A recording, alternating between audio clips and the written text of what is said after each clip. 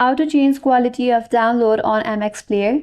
Hi everyone, this is Kate and welcome back to another video, and on today's video we will learn how we can change quality of download on MX Player. So without further delay, let's get started with this video.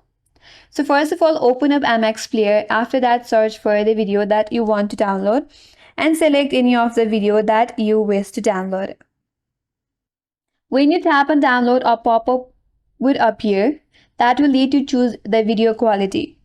There are several options that you can choose from, whether you want the lower, medium, high or SD quality.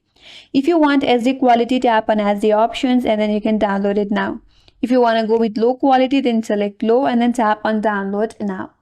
Once you have selected your preferred quality, and it will be downloaded in that resolution.